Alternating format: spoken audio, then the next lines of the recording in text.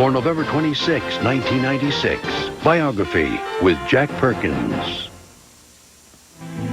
He loved art and music, attended the finest medical universities in his country. He took the vow to heal the sick and to enter no house except for the good of his patients. That's what he vowed. What he did was torture, dehumanize, and slaughter people until he had become known as the Angel of Death. It was Germany, World War II, and he was Josef Mengele, the doctor who sent hundreds of thousands to their deaths in Nazi concentration camps. Camps where he conducted cruel and inhumane experiments. Later, he became a Nazi war criminal on the run. Tonight, in this world premiere biography, we look at the man, the controversy, and the mystery that has always surrounded the Angel of Death, Dr. Josef Mengele.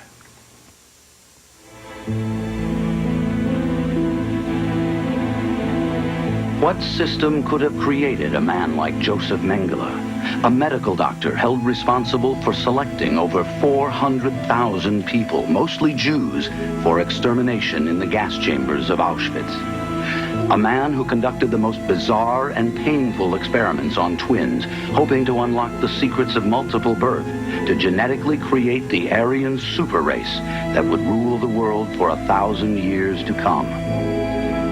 To attempt to understand the paradoxical personality of Mengele, to unravel the malignant mystery of what made him function, one must view the world as it was on March 11th, 1911, the day life was bestowed upon the Angel of Death.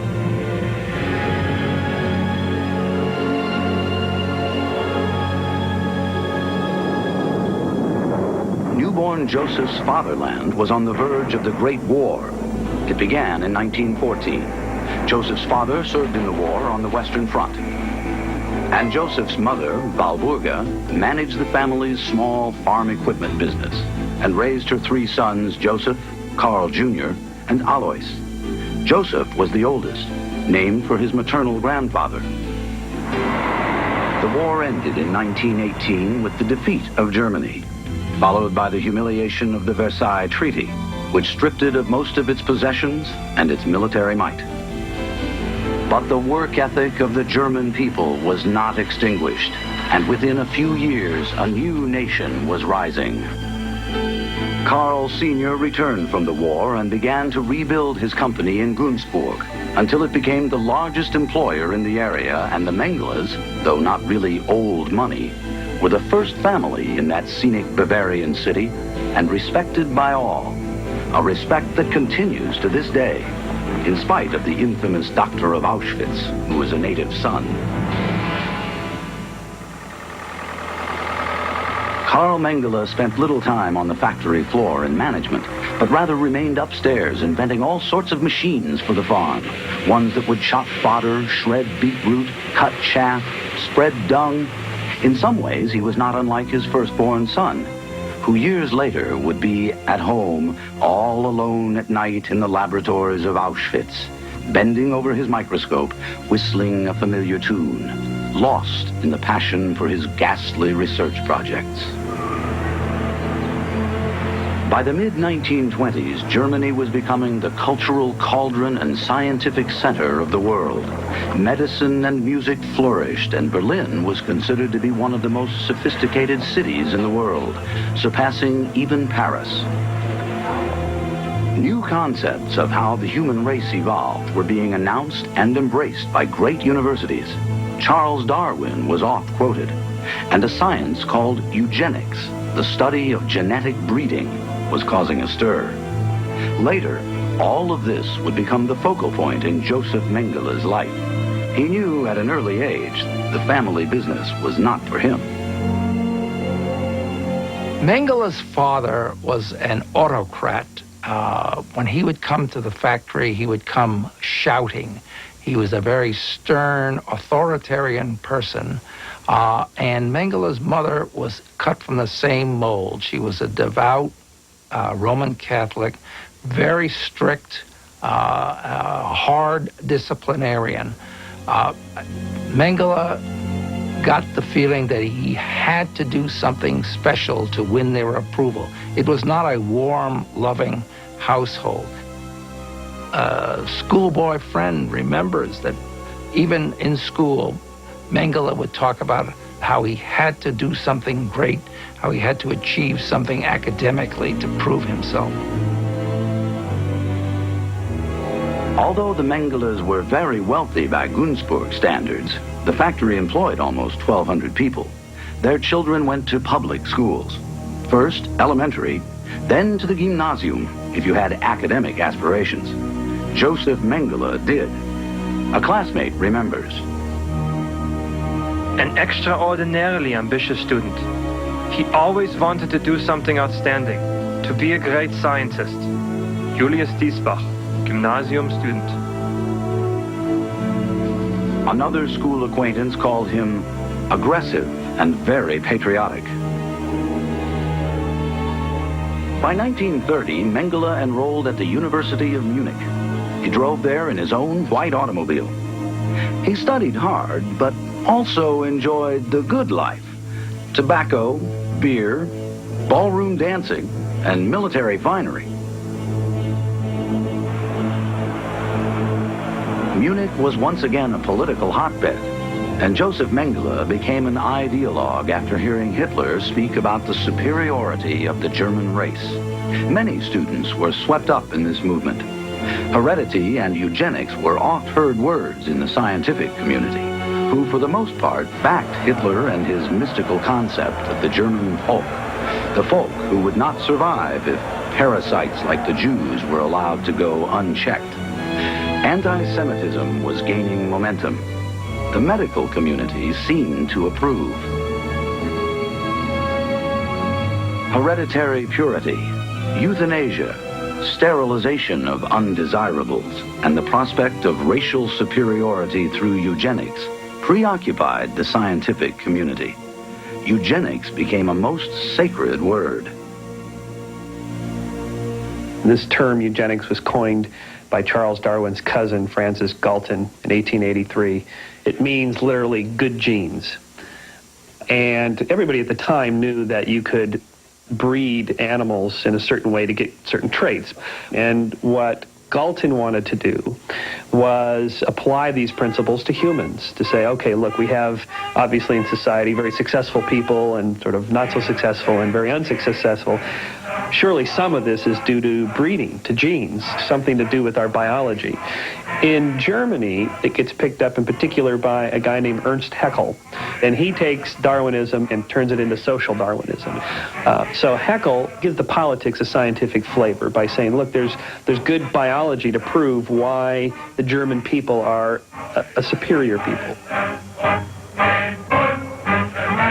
No one embraced this notion with more sincerity than young Josef Mengele. In 1934, he joined the Nazi Party, but continued with his studies, receiving his doctorate degree in philosophy and passing examinations for medical school.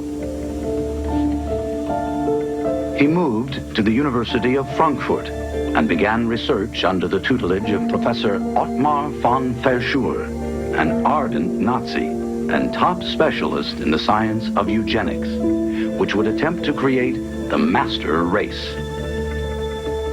While studying with von Verschuer, Mengele wrote a very acceptable paper on genetics and children, which was published. And like his mentor, he became fascinated with the study of twins. In the southeast of Poland, the gates of a place called Auschwitz were creaking open for Josef Mengele, where he would find twins in great abundance. Twins who would have no choice but to participate in his deadly genetic experiments. But Auschwitz is at the end of a long road, and Josef Mengele will wait several years before he becomes the angel of death for over 400,000 defenseless men, women, and children. Biography's look at Josef Mengele will continue here on A&E. Only by going alone in silence can one get into the heart of the wilderness. All other travel is mere dust and hotels and baggage and chatter.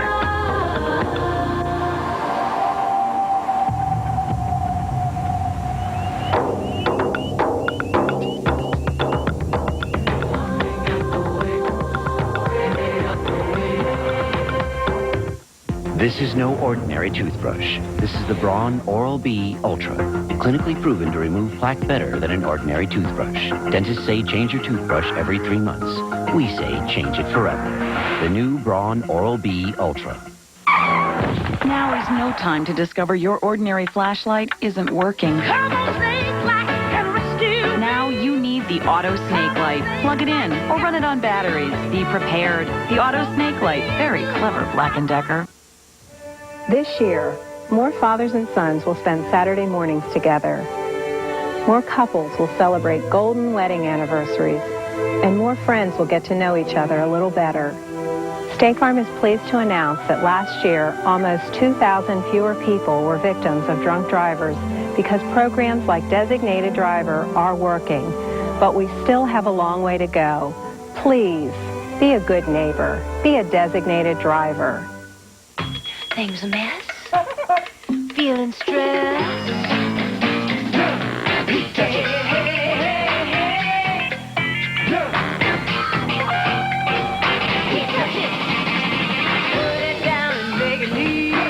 Touch it. We touch everything.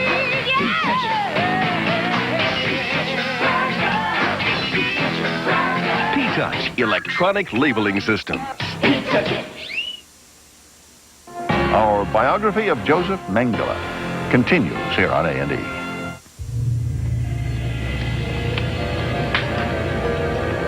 The transition from magic to medical science was a gradual process that lasted for centuries. Medicine first became a healing art in ancient Greece and was celebrated by the ancient Greek physicians with an oath to their mentor, the great Hippocrates, the father of medicine. His oath is said to this day with great solemnity by graduating medical doctors. It is held sacred.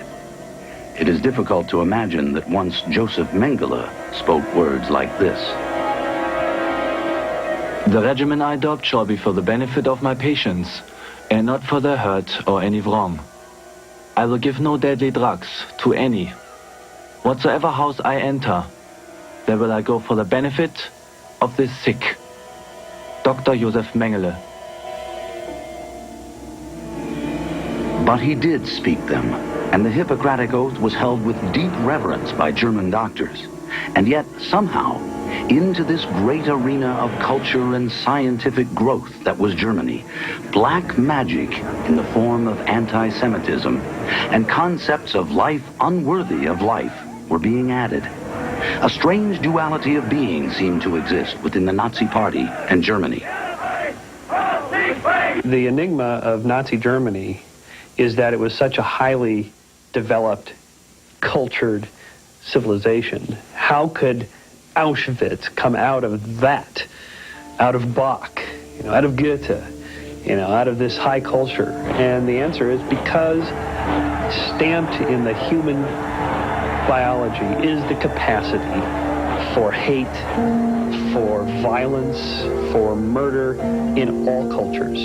Everybody has the capacity for that. And the great factories of Germany belched forth smoke day and night. The economy prospered, and science and the culture continued to flourish. How could such evil come from this? It is precisely because of the culture, precisely because of all of the characteristics that made Germany culturally creative, that made it disciplined, that made it economically productive. It's precisely those elements of it that led to the society engaging in wholesale genocide. You needed a science to be able to create the Zyklon B that could kill 2,000 people at 1/2 of 1 cent a person. You needed engineers who could design crematoria, architects who could design concentration camps. What Nazism teaches us is that a man can cry at music and remain absolutely unmoved by the murder of children. Josef Mengele is now a member of the elite Waffen-SS, an organization that attested to the racial purity of its members, preferably traced back 4 generations. Such purity was also required of their brides. Josef Mengele was in love and had asked Irena Schönbein to be his wife. He would later say, "She was beautiful and well educated. She was the love of my life."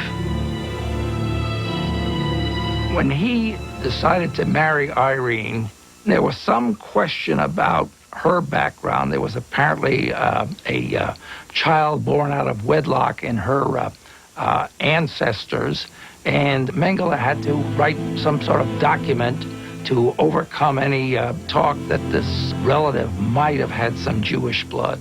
And he married her somewhat to the dismay of his parents. The family was Roman Catholic, and she was a Lutheran, which did not sit well with the family. Who could suspect then that the handsome groom whose non-Aryan good looks were marred only slightly by the gap in his upper front teeth would one day become the most sought-after Nazi of all time, with a total reward of $3.4 million placed on his head for crimes against humanity. Mengele completed his obligatory military training with his elite SS group in the Tyrolean Alps for several months, and then returned to research in Frankfurt, where he and Irena lived in a handsome house near the Main River.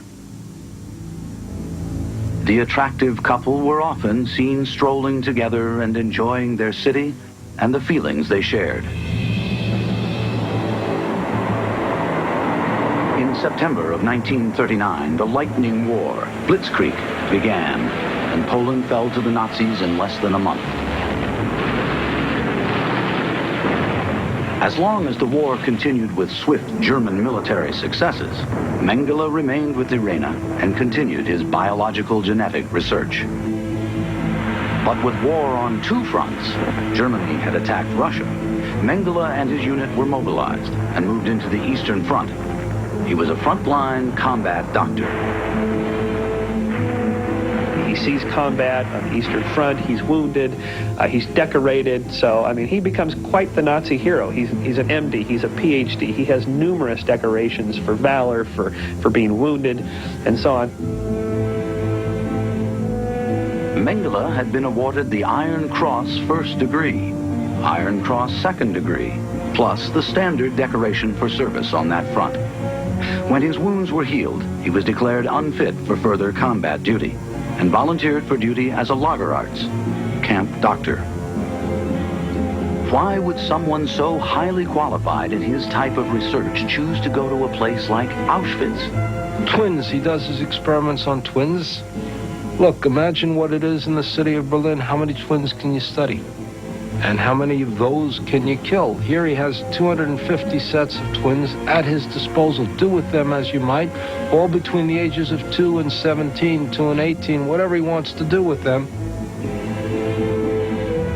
One of the duty assignments for camp doctors was to alternate their time and meet the incoming trains carrying their unfortunate Jewish cargo to their final destination. These doctors had the power of life and death and would indicate in which direction the people should be taken. One way was to the gas chambers, to an instant and horrible death. The other was to slave labor. Often there to greet them was Dr. Mengele, who was looking for his Zwillinge, twins. Most of the people at Auschwitz called it Annus Mundi, anus of the world. But to Mengele, it was his paradise of research. Soon he would be renowned as the great doctor who had unlocked the very secrets of life itself. Biography's look at Josef Mengele will continue here on A&E.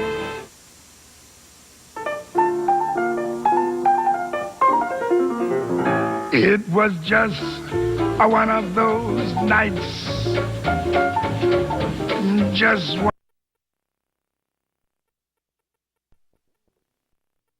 Ways he was looking for his twins. I will describe to you my personal arrival there. The train stopped, and we heard a lot of Germans yelling orders outside.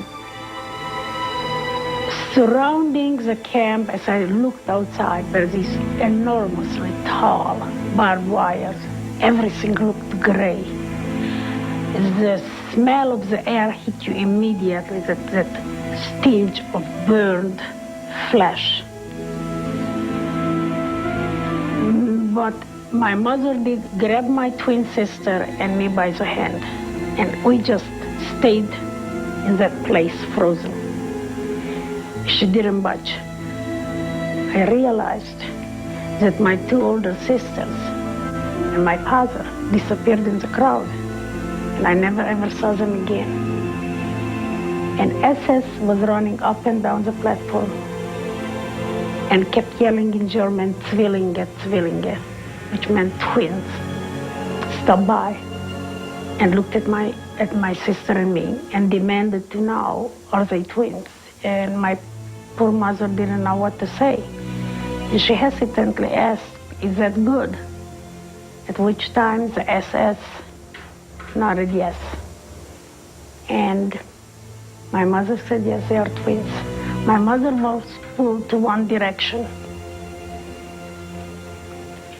We were pulled in the opposite direction. And as I looked back, I saw her with her hand stretched out. Eva Kor never saw her mother again, and Dr. Josef Mengele's collection of human guinea pigs for his deadly experiments continued to grow. Mengele sent the results of his experiments to his mentor, von Verschuer, at the Kaiser Wilhelm Institute in Berlin. Every shipment was given top priority as Mengele raced against the clock to find the secrets that would create the pure Aryan race. Time seemed of the essence as the war was turning against Germany. His interest in the blonde, blue-eyed specimen as a role model was curious, since neither himself nor his superiors looked even remotely that way in their physical appearances. Mengele was fascinated with blue eyes and was said to have a collection of human eyes on his walls that resembled a butterfly collection. And he constantly tried to change the color of the eyes of the children. Why would somebody want to change the color of someone's eyes unless you had the image that the blonde-haired, blue-eyed Aryan beast was somehow the superior, and those of us who have brown eyes or green eyes or other color eyes somehow are inferior. And consequently, Mengele's experiments fit into a context of the eugenics movement. Every morning there was mounting tension amongst the prisoners as well as the doctors and the SS when the word went out that Mengele was coming to make his rounds. Everybody was so scared, and the terror that the supervisors had in their voice made us scared. And finally Mengele came with his entourage, this elegant-looking gentleman who was like the ruler of the universe, walking in and looking around, and actually began counting us. He was dressed immaculately. On occasion, he had gloves on his hand and that little riding stick, and he would count. He would count his guinea pigs. The relationship between a subject and a master, it's a very difficult relationship to explore, and I am not fully sure that I can quite understand it.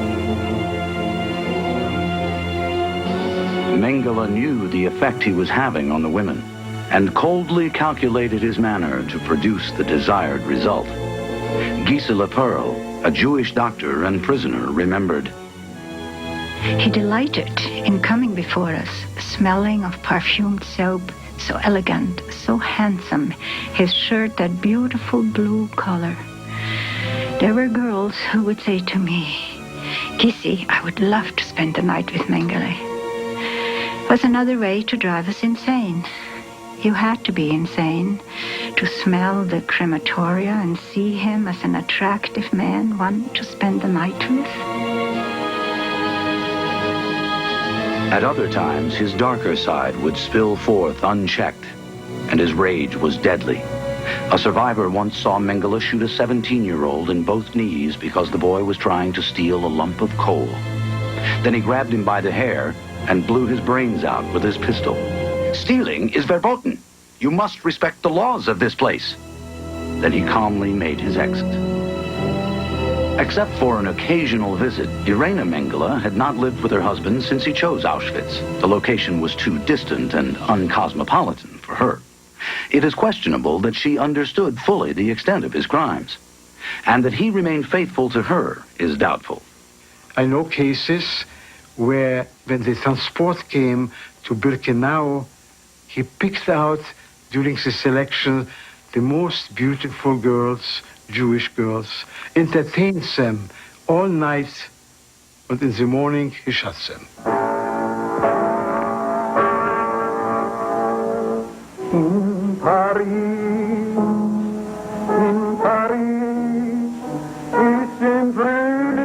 Mengele was an accomplished pianist. This is an actual recording of him singing and playing. He would often entertain his guests in this manner, and the sound of the music would drift eerily over the death camp until dawn.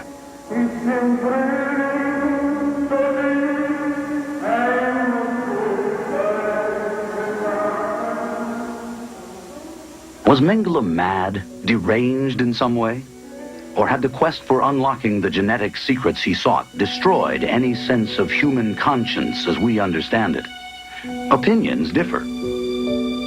Josef Mengele was the personification of the demonic evil of the Nazi regime.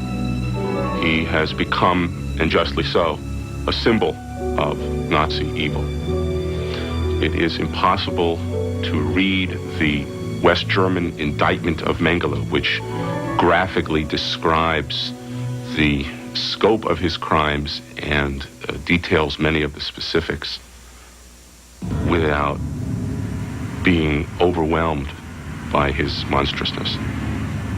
Most important thing is to see that Mengele's conscience operated as a scientist, who said that to really do good science, you have to be concentrated on it and disciplined on it. You can't play games, you can't short circuit, and you need the experimentation. I really don't think that Mengele was deranged. I think that Mengele was a scientist that justified what he was doing. We were injected 3 times a week with about 5 injections at a time. We have no idea what those injections were. He injected all manner of substances, including phenol, chloroform, and gasoline, into their veins, sometimes directly into their hearts. He killed his experimental subjects to perform autopsies. He performed vivisections, that is to say, live dissections of living human beings,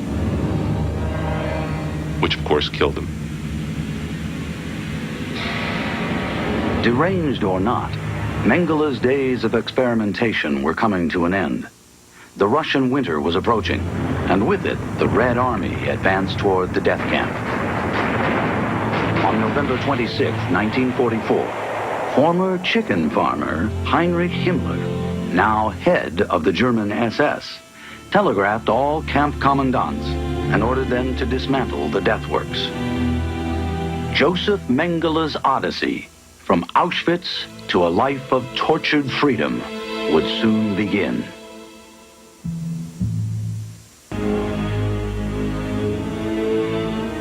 Before the dismantling of the death camp began, Mengele made his final selection, and with his usual calm, efficient manner, managed to send 461 of the 509 arriving people to instant death.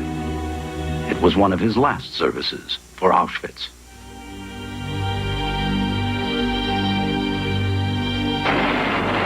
With the sound of the Russian army drawing ever nearer, Mengele began to gather up all of his records. And on January 18, 1945, the Angel of Death disappeared from Auschwitz forever. experiment after the Nazis disappeared, so to speak, stopped. So I am assuming, no, I have not seen Mengele after that. I would say the last time we saw Mengele might have been late October or early November. He didn't say goodbye. One of the greatest acts of eluding capture in this century was about to begin. Mengele had ditched his SS uniform and secured regular German army officer attire. Then talked his way into joining a retreating field hospital unit as a doctor. The convoy moved to the south. Finally, in May of 1945, Germany surrendered. Mengele ended up in 2 different Allied POW camps and was finally released. He passed the quick scrutiny of his captors for a number of reasons. He lacked the blood type tattoo that the SS gave to most of its personnel. That blood type tattoo was used by the American forces in determining who was subject to automatic arrest for service in the SS. There is no documentation as to why Mengele did not have the SS tattoo, but former SS prison doctors have confirmed that he did not. Another event of luck for Mengele was the urgency with which the Allies released millions of regular German army POWs. Mengele slipped away in the crowd. Using an alias and the support of his family, Mengele worked on a farm in the Rosenheim area near his hometown of Günzburg. From 1945 until 1949, he was visited by his wife Irena.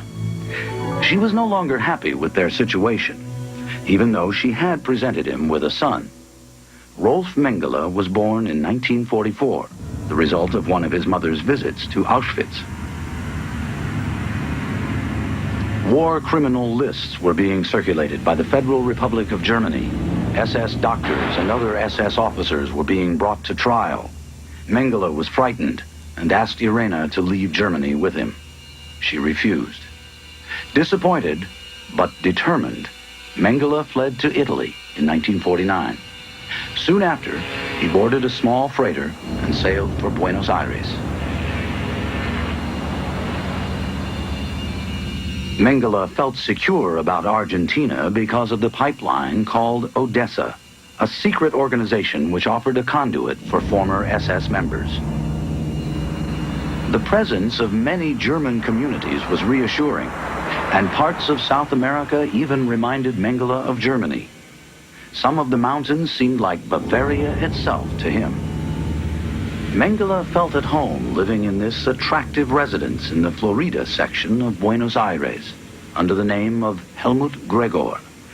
Then, in the early 1950s, it seemed to him that the hunt for war criminals was over. So Mengele took his own name back. He was employed by the Mengele Farm Implements Company there in Argentina. He was even listed in the telephone book. His father, Carl, even visited him there in Argentina and informed him that Irene wanted a divorce. She wanted to marry somebody else. He agreed to the divorce. What could he do? It was strictly a legality put on paper. Irena was free. In Argentina, Mengele continued with his life. When a lawyer who represented the family interest informed him that the German government had sent letters to the government in Argentina requesting the extradition of former Nazis, like Mengele. Mengele was panicky, and with the help of people who said they would attest to his residency for 5 years, he fled to Paraguay. And in 1959, Jose Mengele was given citizenship. Paraguay was under the rule of General Alfredo Stroessner, of German descent, and another great admirer of the Nazis. He offered Mengele the haven of the Paraguayan law, which stated that no citizen could be extradited. The new citizen of Paraguay, Jose Mengele, though nervous, felt secure enough to be seen in the streets of Asunción. Then, in 1960, a thunderbolt struck. The Israeli secret police kidnapped former SS Colonel Adolf Eichmann from Argentina and took him to Israel to stand trial for crimes against humanity. Eichmann had been in charge of the Jewish section of the Gestapo and handled all deportations to the camps. Mengele felt unsafe in Paraguay. Even before the news of Eichmann, he had felt uneasy and went further underground. The Mossad was on his tail. Isser Harel, the former head of the Mossad, the Israeli Secret Service, who was the head of the Eichmann apprehension mission, has said publicly that their other target at that time was Mengele, but that he got away. The result of what the Eichmann trial would be was becoming clearer and clearer to Josef Mengele. Eichmann was sentenced to death by hanging, and conscience or not, Mengele felt a noose tighten around his own neck.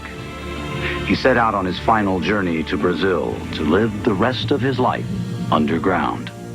No longer the angel of death, but by most reports, a frightened, lonely, and aging man on the run. Search the biography. From the moment Mengele left for Brazil in 1960, his mystery began to grow to almost mystic proportions. For the next 25 years, from 1960 to 1985, a cottage industry of Mengele sightings and pursuits began. During those decades, he was seen by seemingly reliable sources, including the U.S. Department of Justice, Simon Wiesenthal, and the Israeli Mossad, in a plethora of places and living in conflicting lifestyles. He used many aliases and borrowed and doctored many IDs. Among them, such names as Jose Mengele, Helmut Gregor, and Wolfgang Gerhardt were used. He was aided and abetted by the Odessa, led by Luftwaffe ace Hans Ulrich Rudel, who assisted other Nazi war criminals, including Klaus Barbie. 2 works of fiction were written about him, The Boys from Brazil and Marathon Man. Both were made into major movies. All of this only furthered the growing infamous and mystical reputation of Mengele. Also, it truly interfered with the genuine search that was going on for him by the federal government of Germany and the governments of Israel and the United States. Already, the bounty on his head had swollen to $3.4 million, which included rewards from Germany, the Wiesenthal Center, and Israel. A staggering sum, but it never produced Josef Mengele. Then, in June of 1985, a news story broke that sent shockwaves around the world. A grave, supposedly belonging to one Wolfgang Gerhardt, was exhumed in Embu, Brazil, and the remains, a skull, some clumps of hair, assorted teeth and bones, and fragments of clothing, were said to have been in the ground since 1979. And the forensic teams concluded that they were the remains of the Angel of Death from Auschwitz, the most wanted Nazi of all time, Josef Mengele. If this was correct, then what was the story of how Josef Mengele lived and died from the time of his flight from Paraguay in 1960 until the time of his reported death in 1979?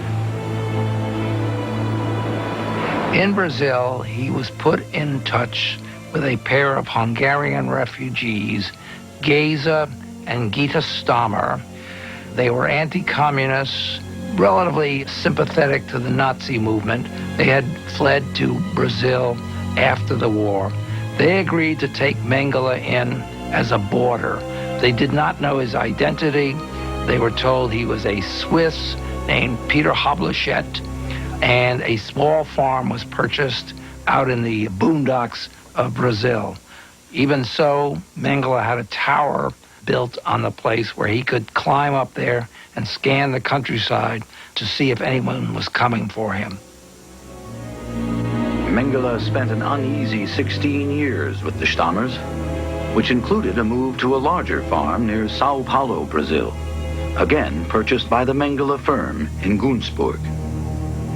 In 1976, living conditions had deteriorated with the Stammers to the point that another family was found to take him in. Wolfram and Lieselotte Bossert were to become Mengele's host and hostess to the reported end. He seemed to enjoy his boat building, and he enjoyed the Bossert children. His dread of being captured continued to grow, and he slept in a small bedroom with a Mauser pistol by his pillow.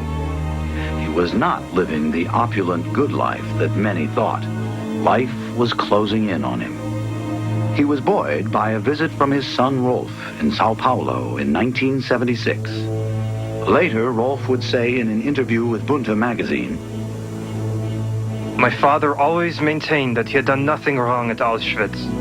He said he selected people for labor, and that was all. I hated what he had done, but he was my father.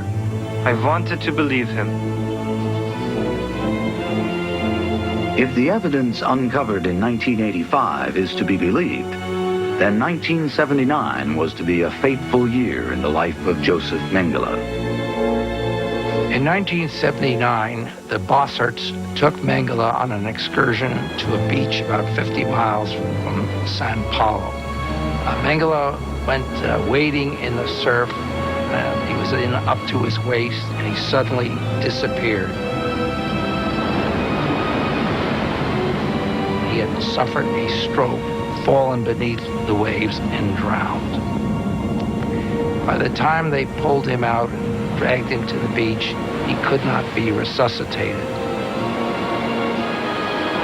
Lieselotte Bossert arranged for Mengele to be buried in a cemetery in Embu, under the headstone which would bear the name of Wolfgang Gerhardt. And there he would remain until the hurried exhumation in 1985.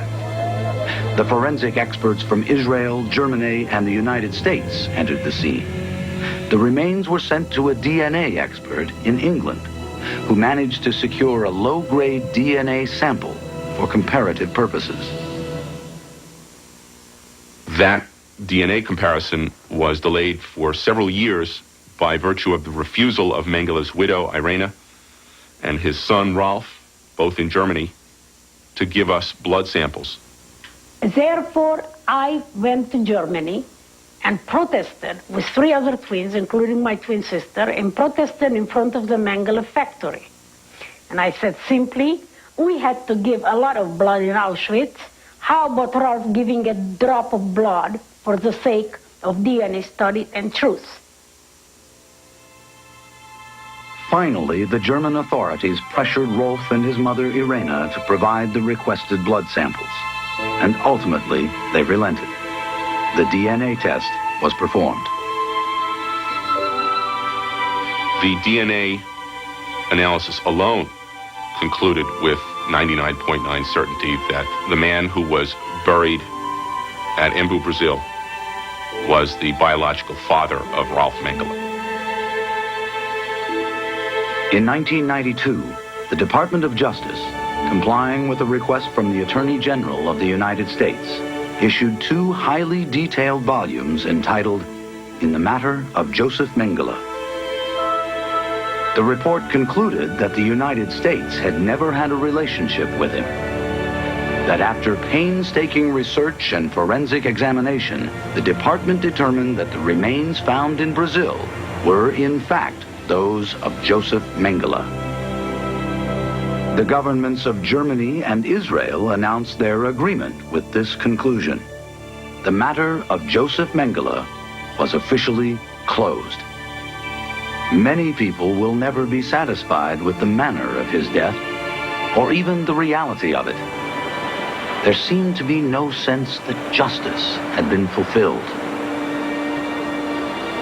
Mengele's dying the way he did violates our sense of justice.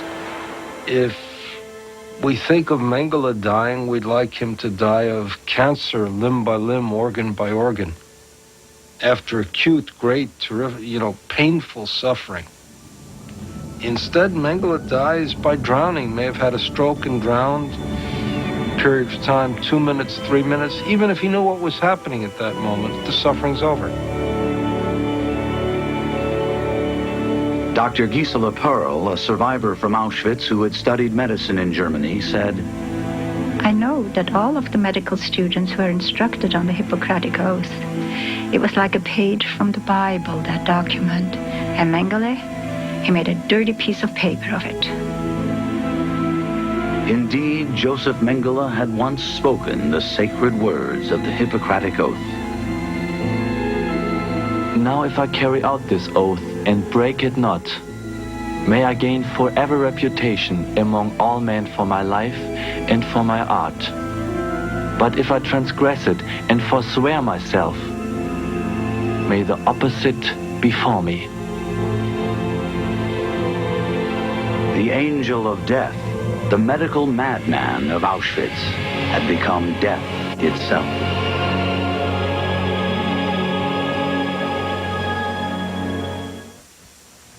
Another excerpt from that 1992 Justice Department report to the Attorney General says the fact that the Auschwitz angel of death was allowed to perpetrate his crimes and then to die an old man's death in Brazil is evidence of failure.